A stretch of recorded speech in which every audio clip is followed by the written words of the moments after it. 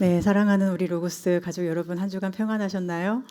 네, 환절기에 건강 잘 챙기시기를 바라고 우리 모두 건강하게 오래오래 하나님을 사랑하고 예배할 수 있으면 좋겠습니다. 하나님은 오늘 이스라엘 백성들을 거친 들로 데리고 가신다고 말씀하고 있어요. 거친 들은 두 글자로 하면 뭐죠? 광야겠죠. 이스라엘이 모세와 함께 출애굽하고 인도함을 받은 곳도 광야였죠. 거기서 그들은 목마름, 굶주림을 체험해야 했고 하나님이 내려주시는 매일매일의 만나로 양식을 공급받고 무려 40년이라는 긴 세월을 보냈습니다. 그 속에서 가장 중요한 것은 하나님만을 의지하는 믿음이었죠. 하나님의 은혜가 날마다 그들에게 임하였기 때문에 그들은 거친 들, 광야의 혹독한 생활 환경 속에서도 살 수 있었어요. 즉 하나님의 은혜가 완전하게 임하는 곳이 바로 광야입니다. 그러나 우리는 광야를 좋아하지 않죠. 광야는 가능하면 피하고 싶고 가능하다면 안전하고 높은 곳에 있기를 원합니다. 예수님께서 제자들과 지내실 때 예수님은 십자가의 고난과 죽음에 대해서 여러 번 말씀하셨지만 가장 가까웠던 제자들 야고보와 요한이 어떻게 했나요? 주님, 저희를 주님을 따라 십자가의 길로 인도해 주세요 라고 한 것이 아니라 어머니를 앞세워 영광의 길을 보여달라고 요청했습니다. 주님, 우리가 구하는 것을 우리에게 해주실 거죠? 주님, 우리에게 소원이 있는데 저희가 말씀드리면 들어주실 거죠? 마치 어린아이가 부모에게 원하는 것을 가지고 애교 부리며 밀당을 하듯이 야고보와 요한은 주님께 은근슬쩍 요구사항을 말하는 거죠.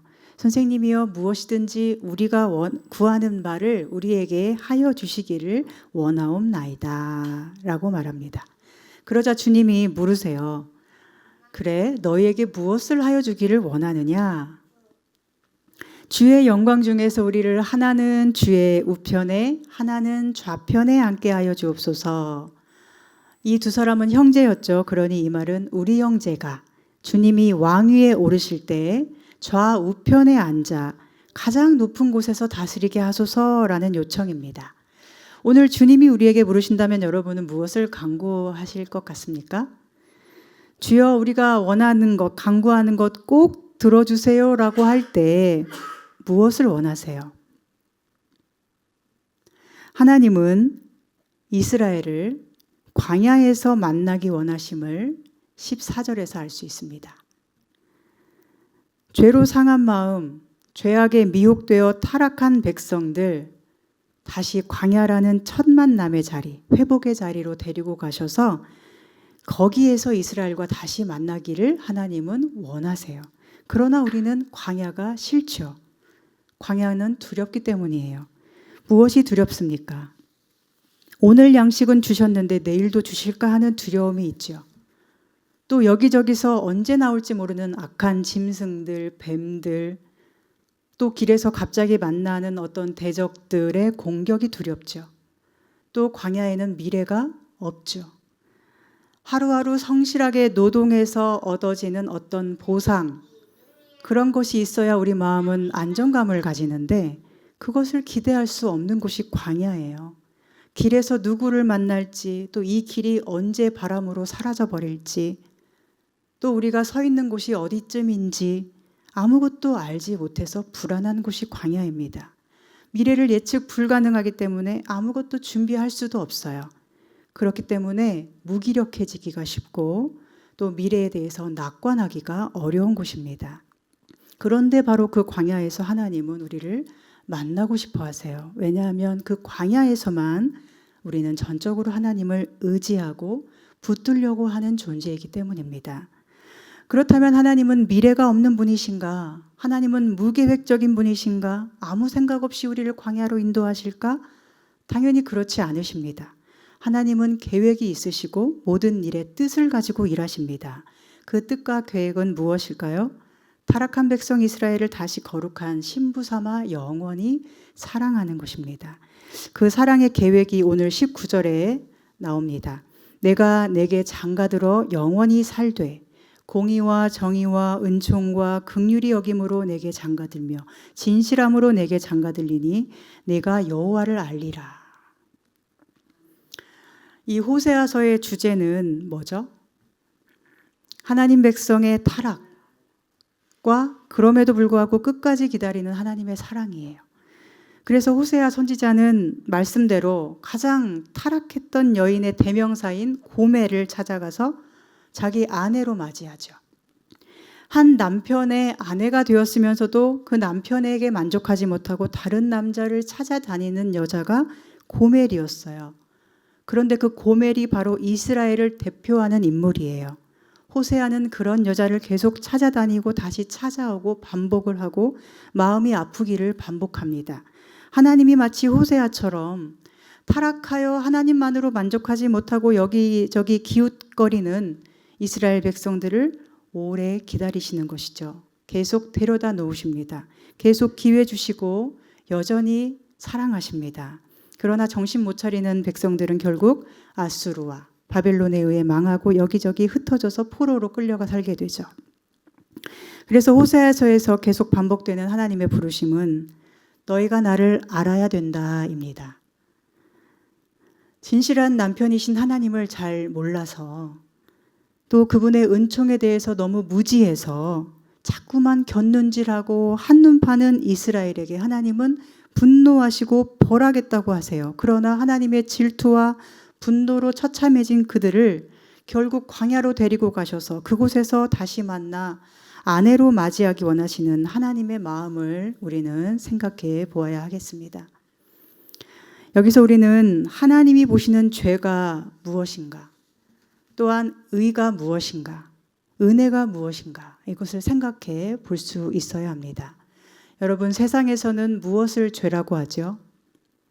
법을 어기는 것, 또 다른 사람에게 해를 끼치는 것, 도둑질, 음주운전, 사기, 살인, 이런 것들을 죄라고 하고, 세상은 우리가 그런 일을 하면 재판하여 감옥에 가둡니다. 그런데 사탄이 죄라고 하는 것이 있어요. 우리가 가만히 있으면 사탄이 저절로 우리에게 끊임없이 들려주는 죄의 목록들이 있습니다. 무엇일까요?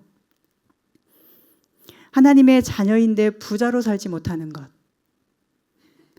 하나님의 일을 하는데 몸이 아픈 것, 지금 저처럼 개척했는데 뭔가 대단한 일이 일어나지 않는 것, 질병까지 얻게 된 것, 이 모든 것에 대해 사탄은 죄라고 해요. 네가 죄인이라서 그렇다고 말합니다. 여러분, 살아가면서 한 번씩 그런 생각하지 않습니까? 나 잘하고 있나? 나 정말 하나님의 뜻대로 하고 있는가? 그런데 하나님의 뜻은 무엇인가요? 우리가 병에 걸리지 않고 하는 일마다 척척 잘 되고 부자 되고 아무 걱정 없이 근심 없이 사는 것이 하나님의 뜻일까요? 아니면 우리에게 일어나는 어떤 일이든지 그것이 하나님의 뜻 안에 있음을 그저 신뢰하고 주어진 삶을 하나님께 드리는 것이 하나님의 뜻에 합당한 것일까요? 전자입니까? 후자입니까? 물론 후자예요. 요셉이 형제들에게 미움받아서 구덩이에 빠지고 애굽의 노예로 팔려갈 때 요셉이 죄를 지어서 그렇게 되었습니까? 요셉을 인신매매하고 폭력적으로 죽이려고 했던 형들은 죄인이 아니어서 그런 일을 평생 당하지 않았습니까? 요셉이 걸어간 모든 길에서 하나님은 요셉을 보고 계셨고 함께 계셨어요. 요셉은 하나님과 함께 하기 때문에 형통했다고 창세기는 기록합니다. 그런데 요셉은 총리가 되기 전까지 극심한 고통을 견뎌내야 했습니다. 그러나 그 고통 속에 하나님이 계시지 않은 것이 아니었습니다. 그 고통이 하나님의 뜻 가운데 있지 않은 것이 아니었습니다. 요셉은 항상 하나님과 함께 있었고 그가 가는 길은 늘 하나님의 뜻 가운데 있었습니다. 이것을 우리는 기억해야 합니다. 욥이 사탄의 정죄 한복판에 서야 했습니다. 여러분도 다 아시죠? 자식들이 눈에 넣어도 안 아픈 자식들이 하루아침에 다 죽어서 사라져버렸고 모든 재산을 다 잃어버렸고 자기 몸까지 병들어 고통받을 때 욥은 바로 사탄의 정죄의 중심에 서 있었던 것입니다. 친구들이 욥에게 계속 해주던 말들, 사실은 사탄이 욥의 내면에서도 계속 해주는 말이었을 거예요. 네가 죄인이라서 그래. 네가 잘못된 사람이라서 일이 계속 이렇게 되는 거야. 그렇게 사탄은 욥에게, 그리고 하나님에게도 욥에 대해서 죄인이라고 참소합니다. 욥이 지금 재산도 있고 건강하고 자식 복이 많아서 그렇지 그런 거 사라져도 하나님을 찬송하겠어요? 그런 거나 있어야 하나님을 섬기는 죄인으로 욥을 하나님 앞에 참소하는 것입니다. 그러나 우리는 알고 있죠. 욥이 잘못된 사람이라서 병들고 가난한 것이 아니라 오히려 하나님께서 그를 지켜보고 계셨고 그를 자랑스러워 하셨기 때문에 말도 안 되는 고난을 당했다는 것을 우리는 알고 있습니다. 그리고 욥은 그 모든 정죄 앞에서 견디고 마침내 이겼다는 것을 우리는 알고 있습니다. 그리고 그 속에서 하나님이 얼마나 욥을 사랑하셨는지, 그를 얼마나 기쁘게 받으셨는지를 우리는 알고 있습니다. 우리 대부분은 세상이 말하는 죄는 별로 안 짓고 살 거예요. 도덕적으로 크게 흠이 있는 분은 여기 안 계신 것 같아요. 그러나 사탄이 말하는 죄는 우리에게 언제든지 있을 수 있습니다. 예수님을 믿어도 일이 잘 안 되는 죄, 사탄이 말하는 죄입니다. 하나님만을 바라본 개척인데 쉽게 부응되지 않는 죄, 하나님이 죄라고 하시는 것이 아니라 사탄이 정죄하는 죄입니다. 사탄은 그렇게 우리를 끝없이 정죄함으로써 우리를 나락으로 끌고 갑니다.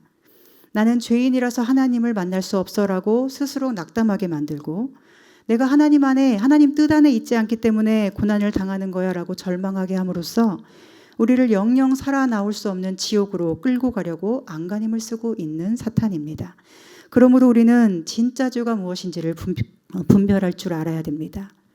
진짜 죄는 하나님이 죄라고 하시는 것이 진짜 죄이고요. 그 모든 것을 심판하시는 분도 오직 하나님이십니다. 감사하게도 하나님은 우리를 정죄하지 않는 분이세요.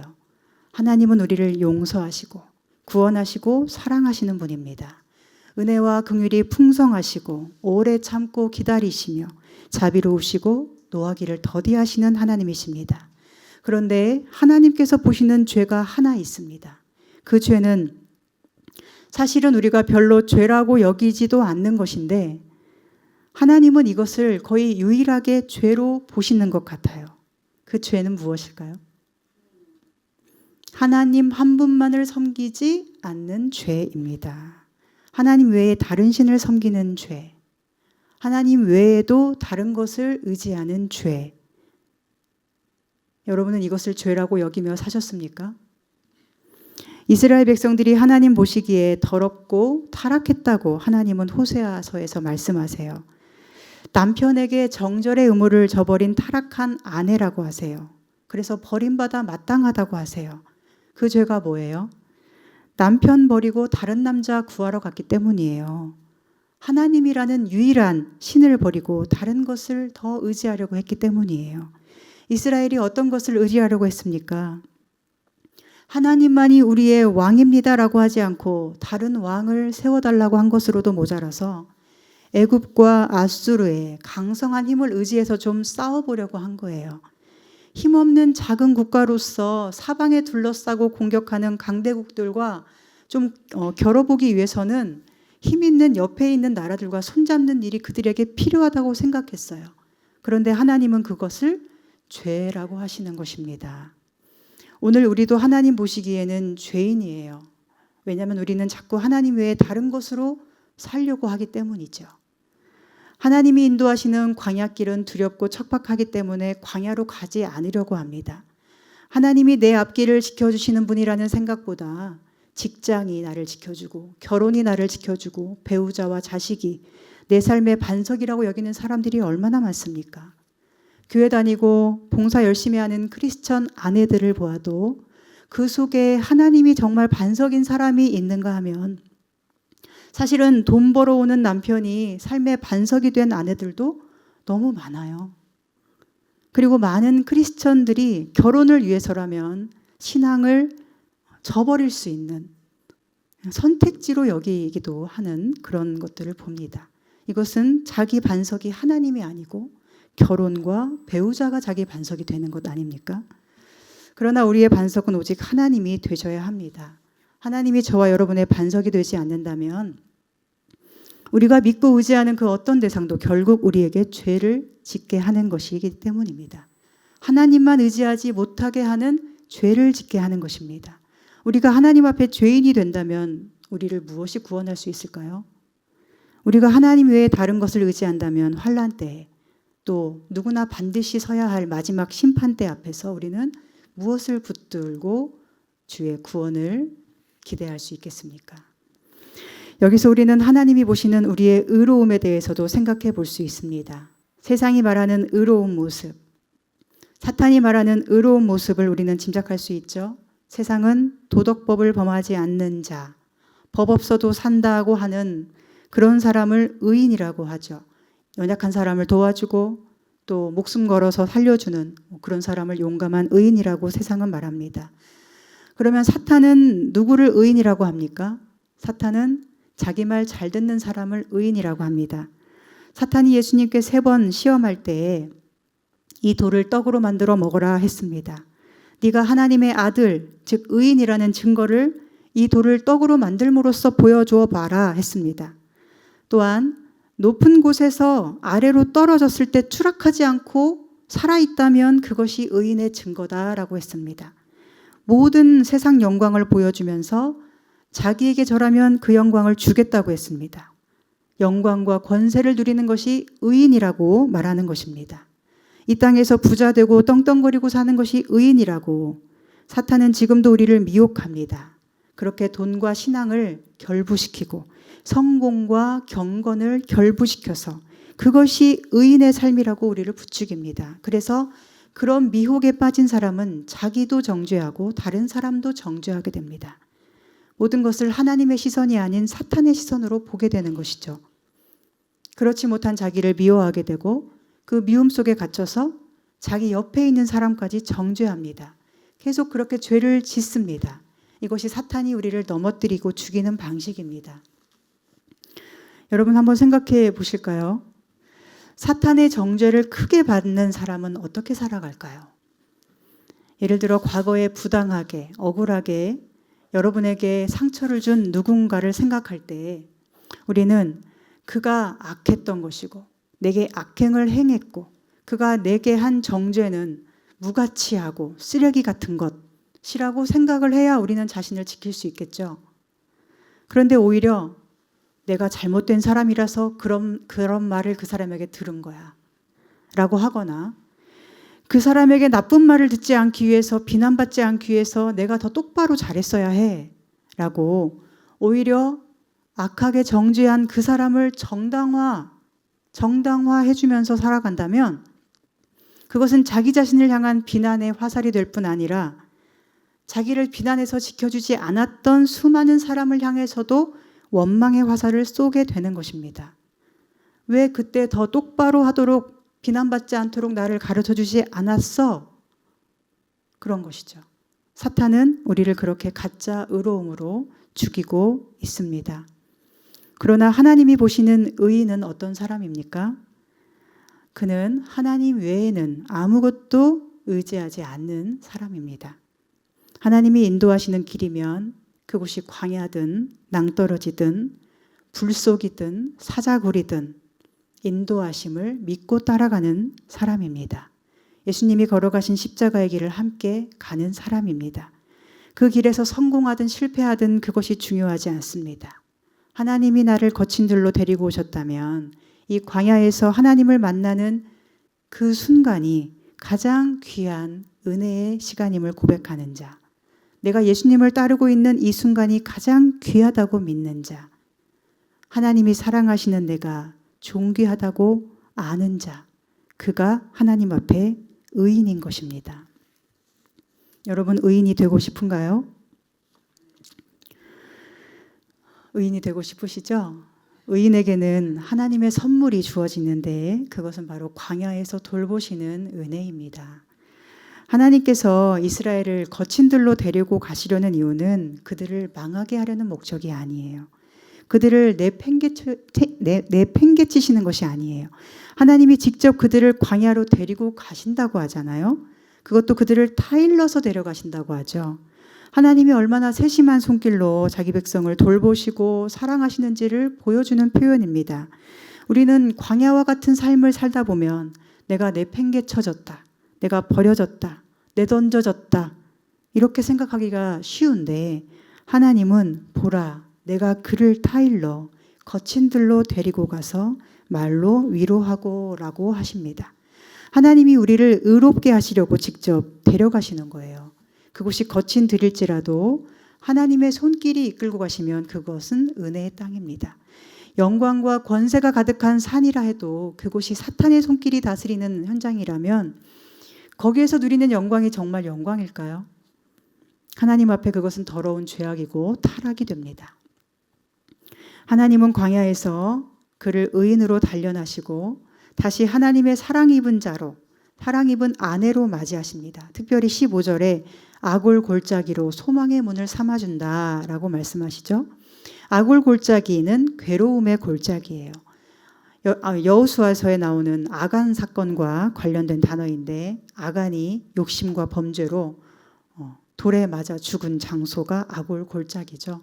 여호수아가 범죄한 아간에게 왜 우리를 네가 괴롭게 하였느냐, 하나님이 너를 괴롭게 하시리라 하며 아간을 돌로 쳐 죽임으로써 이스라엘 회중 가운데서 죄가 떠나가게 했습니다. 그래서 아골 골짜기죠. 아골 골짜기는 환난을 상징하는 말이에요. 괴로움을 상징해요. 하루하루 살며 감당해야 할 온갖 괴로움이라고도 할 수 있어요. 그런데 그 아골 골짜기를 소망의 문으로 바꾸신다고 하십니다. 여러분, 소망이라는 단어가 어떻습니까? 여러분에게는 어떤 소망이 있습니까? 아골 골짜기 같은 환난, 걱정, 근심, 불안이 가득한 상황 속에서 여러분은 소망이라는 단어를 가슴에 품고 살 수 있으십니까? 아골 골짜기로 소망의 문을 삼는다라는 것은 광야에 있는 우리 앞에 미래가 활짝 열려 있음을 믿으라는 하나님의 말씀이에요. 우리 미래가 어둡지 않고 우리 미래는 하나님께 있고 우리의 미래는 안전하고 확실함을 믿으라는 하나님의 약속입니다. 그런데 이 소망은요, 월급날 통장에 월급이 따박따박 들어오기 때문에 미래가 있다는 것이 아닙니다. 한 달에 얼마씩 돈을 버니까 앞으로 몇 년 후에는 얼마를 모으고 차를 사고 집을 사고 또 뭘 마련할 수 있을 거야 라고 예측하는 그런 미래가 아닙니다. 이 소망은 하나님께서 예기치 못한 기쁨을 주실 거라고 믿고 위로부터 오는 구원을 내려주실 것을 믿기 때문에 극심한 환난 중에도 내 앞에는 미래가 열려 있다고 하는 하나님의 약속이에요. 현실이 암담하고 매일 만나를 주시지 않으면 굶어 죽을 수밖에 없어도 하나님이 날마다 그 사랑하는 자에게 은혜 주실 것을 믿기 때문에 내 앞에 미래는 활짝 열려 있다고 믿는 것이 바로 소망의 문을 바라보는 자의 모습입니다. 여러분, 사탄은 결코 우리에게 소망을 주지 않습니다. 늘 정죄로 얽어맬 뿐이에요. 이렇게 살아도 되나? 이게 정말 하나님의 뜻인가? 이렇게 광야에 사는 게 맞나? 이런 질문을 끊임없이 우리 속에 속삭이고 있습니다. 너 거기 있는 거 잘못된 거야. 너 돌만 가득한 광야에서 떡 만들 능력도 없으면서 어떡하려고 그래?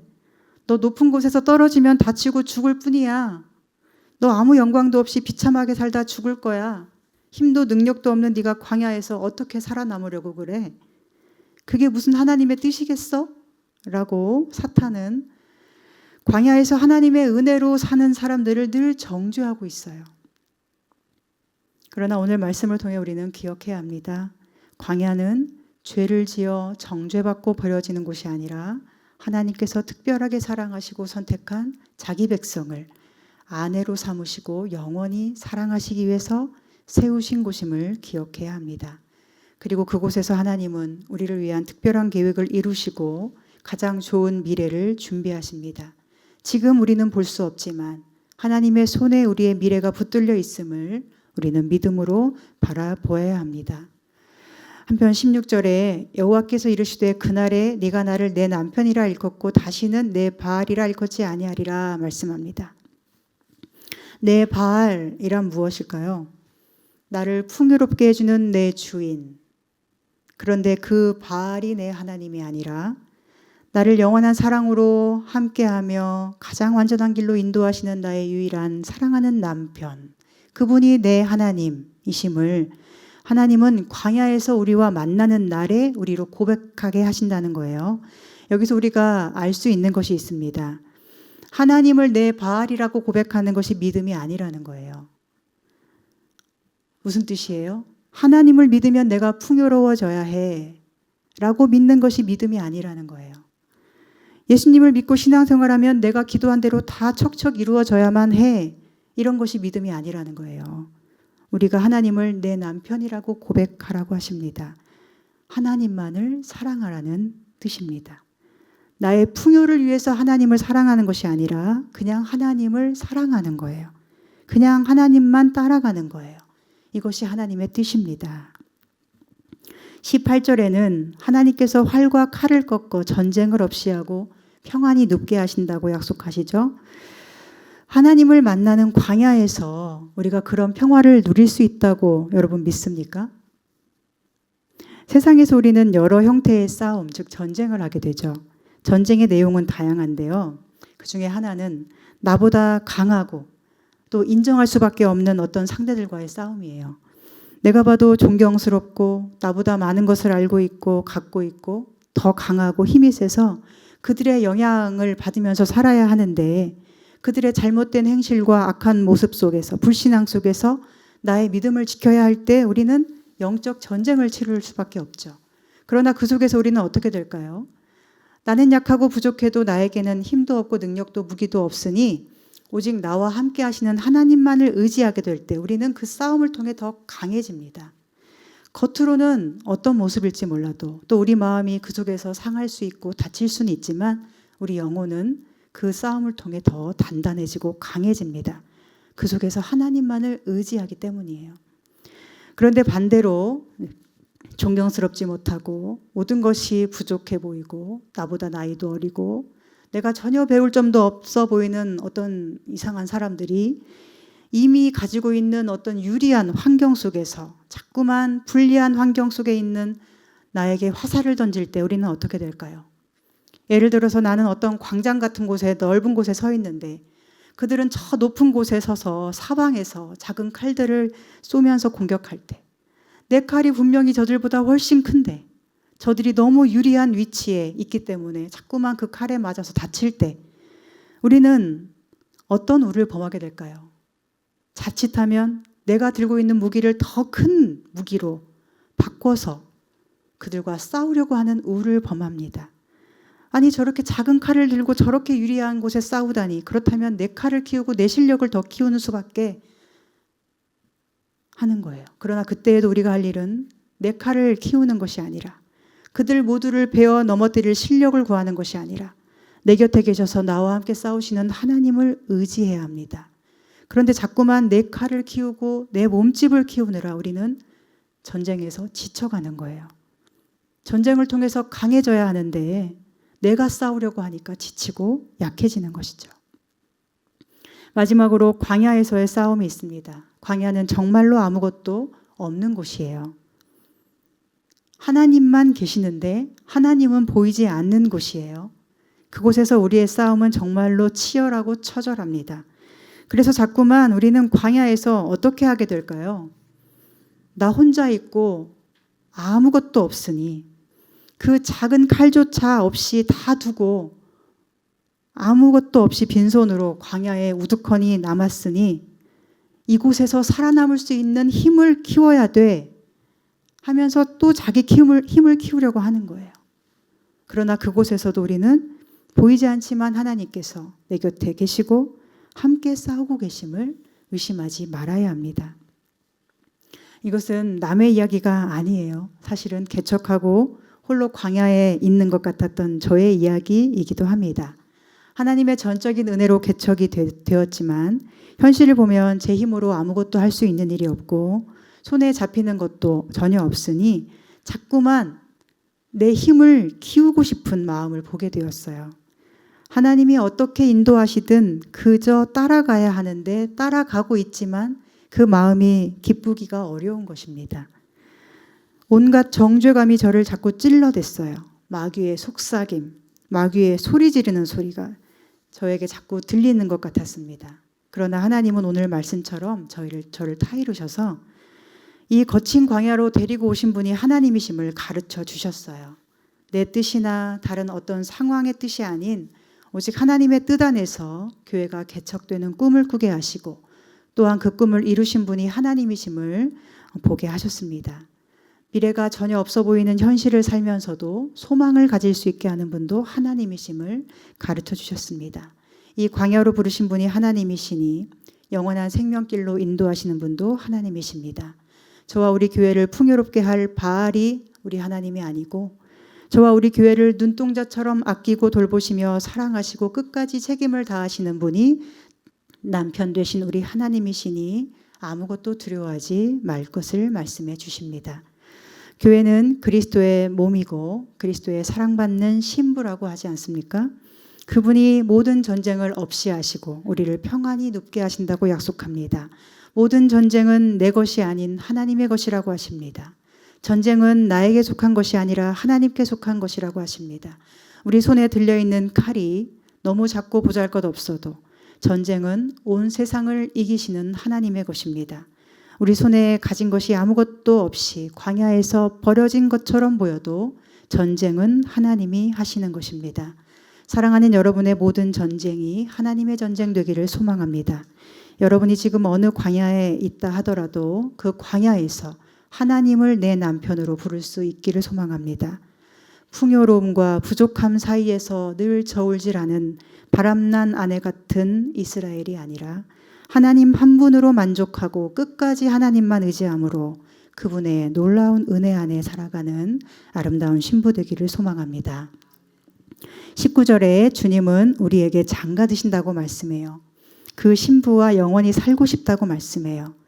그리고 결혼을 위해서 5가지 선물을 준비하신대요.